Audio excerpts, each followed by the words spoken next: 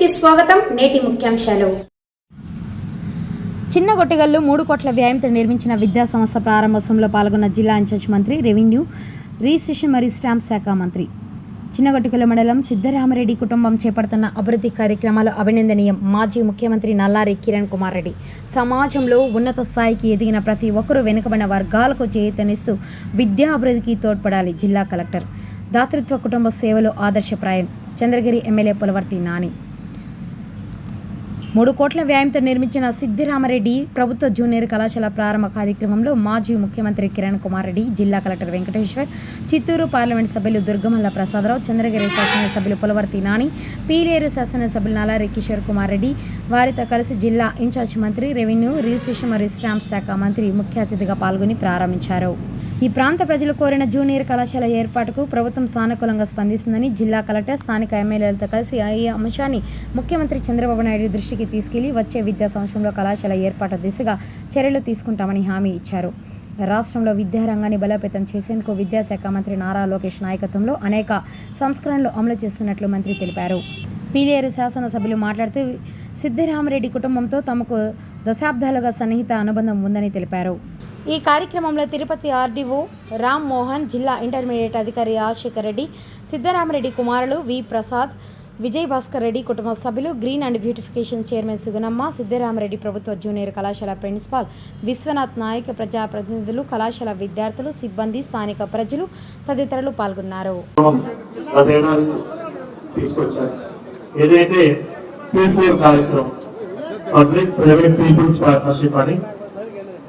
ఎందుకంటే సమాజంలో ప్రతి ఒక్క పనిని కూడా ప్రభుత్వం కొన్నిసార్లు చేయలేని పరిస్థితి. అట్లాంటప్పుడు ఏదైతే సమాజంలో కింద స్థాయి నుంచి పై స్థాయి వరకు వచ్చి ఎదిగి ఉన్నత శిఖరాలకు వచ్చినటువంటి వాళ్ళందరూ కూడా బాటం 20% ఆదుకున్నట్టయితే మిగతా వాళ్ళు కూడా అప్లిఫ్ట్ అవుతారన్న గొప్ప కార్యక్రమానికి శ్రీకారం చుట్టారు.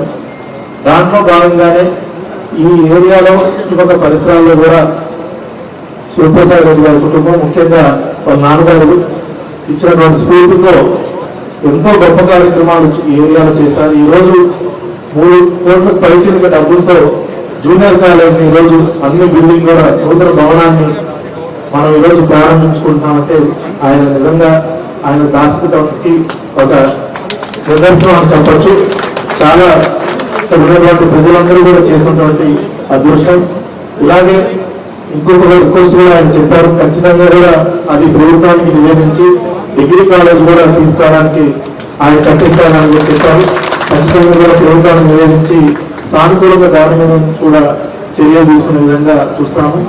అదేవిధంగా ఇంత కార్యక్రమానికి వచ్చిన జనాలందరూ కూడా మరొకసారి చెప్పేది ఏంటంటే, ఇలాగా ఏదైతే ఉన్నత శిఖరాలకు వెళ్ళాలి అందరూ కూడా కింద స్థాయిలో ఉన్న వాళ్ళందరినీ కూడా శివప్రసాద్ రెడ్డి గారి లాగా అందరూ తోడ్పాటు తెచ్చి చెయ్యలు తెచ్చి పైకి తీసుకోవాల్సిందిగా కోరుతున్నాను. ధన్యవాదాలు. జై హింద్. మా తండ్రి గారి కాలం నుంచి కూడా మాకు సంబంధం వి సిద్ధరామరెడ్డి కుటుంబంతో. అన్న ముఖ్యమంత్రి, ఎమ్మెల్యే అయినప్పటి నుంచి కూడా అనుబంధము వాళ్ళ కుటుంబంతో. వీళ్ళ కుటుంబమే కాక వాళ్ళ పెద్ద ఆయన కూడా సిద్ధరామరెడ్డి బ్రదర్ కూడా ఎన్నో మంచి కార్యక్రమాలు చేయటం జరిగింది. మా చిన్న ఆయన అదేవిధంగా ఇస్కాన్ వాళ్ళకు అప్పుడు అన్న చీఫ్ విప్గా అప్పుడు ఉండేటప్పుడు ఇక్కడ ఓపెన్ చేయటం జరిగింది.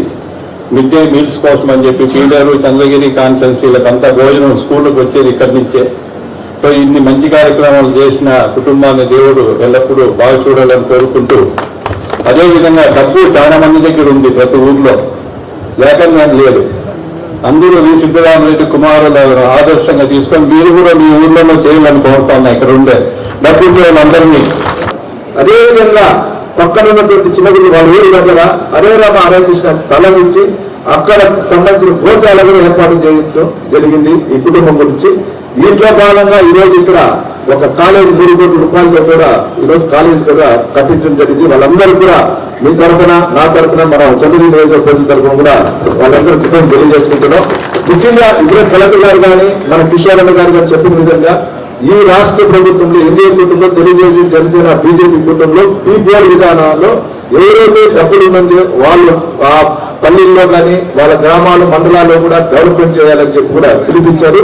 దానిలో భాగంగా ఈ రోజు నారా లోకేష్ బాబు గారు విద్యాశాఖ మంత్రి అయిన తర్వాత ఏ విధంగా విద్యా వ్యవస్థ అభివృద్ధి చెందుతుందో దీనికి ఒక నిదర్శనం. దీంతో పాటు విద్యా వ్యవస్థలో కూడా సమూలమైన మార్పులు తేవడం జరిగింది.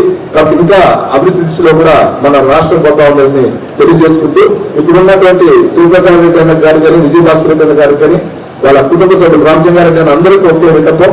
మీరు చెప్పిన విధంగా కాలేజీ డిగ్రీ కాలేజ్ అడిగారు 100% కూడా అనగానే గారు కలెక్టర్ గారు ఉన్నారు. ప్రజలు పంపిస్తాను ఇమీడియట్లీ కొంచెం బాధ్యత తీసుకుంటాం. ఇంతవరకు మౌలిక సదుపాయాలు వచ్చినాయి, బాగానే ఉంది. అయితే హెడ్ మాస్టర్ గారు ఇంకా కొంచెం ఇన్ఫర్మేషన్ ఇస్తే బాగుండేది. ఏం మౌలిక సదుపాయాలు ఉన్నాయి? అన్ని కోర్సులు ఉన్నాయా? ఇక్కడ సైన్స్ ఉందా, ఆర్ట్స్ ఉందా, కామర్స్ ఉందా? అది చెప్తే బాగుండేది. అయితే సైన్స్ లో ల్యాబ్స్ అవి ఉన్నాయా, కంప్యూటర్ ల్యాబ్స్ ఉన్నాయా? సో ఈ విధంగా ఈ సందర్భంగా ఒకవేళ అవి లేకుండా ఉంటే ఎమ్మెల్యే గారినో ఎంపీ గారినో లేకపోతే మళ్ళీ దాతలను ఈ సందర్భంగా కూడా మీరు ఒక రిపోర్ట్ లాగా ఇచ్చుంటే మేము చాలా సంతోషపడేవాళ్ళము. ఇప్పటికైనా పంపించండి. ఏదైనా లోపం ఉంటే మేము దాన్ని సరిచూడడానికి ఉంటుంది. అలాగే ఇంకొక ముఖ్యమైన విషయం, 250 మంది స్టూడెంట్స్ ఇక్కడ ఉన్నారని నాకు అర్థమవుతుంది. ఇప్పుడు మనం ఉన్న పరిస్థితిలో చైతన్య, నారాయణ, ఎక్సలెంట్, అది ఇది అని చెప్పి గోల్డ్ అని కాలేజీలు ఉన్న కాలంలో ఇట్లాంటి కాలేజీలో 250 మంది చదవటం చాలా అభినందనీయమైన విషయం. అయితే సిమెంట్ స్టీల్ అని కాదు, అక్కడ ఉన్నటువంటి ఎన్వైరన్మెంట్ కల్చర్, అలాగే ఏదైతే అక్కడ హెడ్ మాస్టర్ అవ్వచ్చు వాళ్ళకి అలాగే ఏదైతే అధికారులు ఉన్నారో ఎలాగే టీచర్స్ ఉన్నారో అలాగే ఇలాంటి గొప్ప వ్యక్తులు వారి ఆశీస్సులు ఎప్పుడు కూడా మీకు ఉండాలి. ఈ సిమెంట్ ఈ స్టీల్ తో పాటు సిద్ధరామరెడ్డి గారు ఆశీస్సులు పైన ఉండాలా, ఇక్కడ ఉన్నటువంటి వారి తనయులు వాళ్ళందరూ ఆశీస్సులు ఎప్పుడు మీకు ఉండాలి. మీరు ఉన్నత స్థానానికి వెళ్ళాలి. ఎందుకంటే వీళ్ళు కూడా ఈ ప్రాంతంలో జన్మించి ఇక్కడ చదువుకుని 7 సంవత్సరాలు దాటినా కూడా ఎంత ఆర్థికంగా స్థిరపడినా కూడా మేము మా తాత హ్యాపీగా ఉన్నాం, మా పిల్లలు చూసుకుంటాం, వాళ్ళ నెక్స్ట్ ఇయర్ చూసుకుంటాం అనుకోలేదు. మేము చదువుకునే ప్రాంతంలో ఇలాంటి ఇబ్బందులు ఉన్నాయి, వాటిని మెరుగుపరచాలని తప్పకుండా చేయాలని చెప్పే లక్ష్యంతో శివసేన అడిగా ఎంతమంది పిల్లలు, 2 పిల్లలు వాళ్ళకి ఏం చెప్పాను అడిగా. నేను క్లియర్గా చెప్పానంటే నేను సంపాదించడానికి 50% నేను తప్పకుండా మా ప్రాంతం అభివృద్ధి చేస్తాను, 50% కూడా నీకు ఇస్తానని చెప్పి. అంటే ఆ చెప్పగలిగే గొప్ప వ్యక్తి ఆయన. ఈ రోజు ఎదగారంటే ఒక జనరేషన్ కాదు, 7 జనరేషన్ కొత్తగా సంపాదించి దాచుకునే వ్యక్తిత్వం వస్తుంది. కానీ పేద ప్రజలకి మెరుగైన జీవన పరిమాణం 20 లక్షలతో ఎలాగైతే ప్రభుత్వాలు ప్రయత్నం చేస్తాయో అలా ఒక వ్యక్తి వాళ్ళ కుటుంబం ప్రయత్నం చేస్తా ఉందని చాలా అభిమానం. ఈ వేదిక ద్వారా వాళ్ళు నిజంగా ఎంత చెప్పినా కూడా చాలా తప్పే. మరి ముఖ్యంగా వ్యక్తులారా ఎడ్యుకేషన్ సిస్టమ్ గురించి చెప్తా ఉన్నాం. ఈ రోజు మేము గర్వంగా చెప్పుకుంటా ఉన్నాం, మా యువ నాయకుడు నారా లోకేష్ గారు ఎడ్యుకేషన్ మినిస్టర్గా ఉండి ఏదైతే లిటరసీ రేటు 24 బాగా పడిపోయిందో, తగ్గిపోయిందో, ఈ దేశంలో అతి తక్కువగా ఉన్నటువంటి సమయంలో వాళ్ళు ఛాలెంజ్ గా తీసుకుని లిటరసీ రేటు పెంచుతారు. ఏదైతే మనం సాఫ్ట్వేర్ అంటున్నాం, గూగుల్ అంటున్నాం, టీసీఎస్ అంటున్నాం, ఎన్ని అంటున్నాం, ఇవన్నీ కూడా వస్తున్నాయి. ముందు మనం లిటరసీ రేట్ క్షేత్రంలో పెరగాలి, ఏం చేయాలి అని చెప్పేసి ఇది అంత అధ్యయనం చేసి మాట్లాడాలి. మా వేదిక మా రక్తంతో రాష్ట్రం ఇది ఎన్డీఏ కుటుంబ ప్రభుత్వం పరిపాలన చేస్తుంది. 2 సంవత్సరాలు ఎన్నికలు ఇవ్వలేదు కూడా ఈ పొలిటీషియన్స్ కూడా ఇవాళ అవ్వే లక్ష్యంతో చేస్తారు. ఎందుకంటే మెరుగైన వేరే వచ్చే వేరే ఉండాలనే లక్ష్యంతోనే మీరు ఎందుకు గమనించాలి. వ్యవస్థల్ని ఇంకా ముందుకు తీసుకొని చెప్పేసి కోరుకుంటే ఒక మంచి కార్యక్రమానికి వాళ్ళు ప్రత్యేకంగా తప్పకుండా మీరు కూడా మీ గట్టిగా చెప్పండి. మమ్మల్ని కూడా మీరు ప్రోత్సహించాలి. చెప్పుకుంటే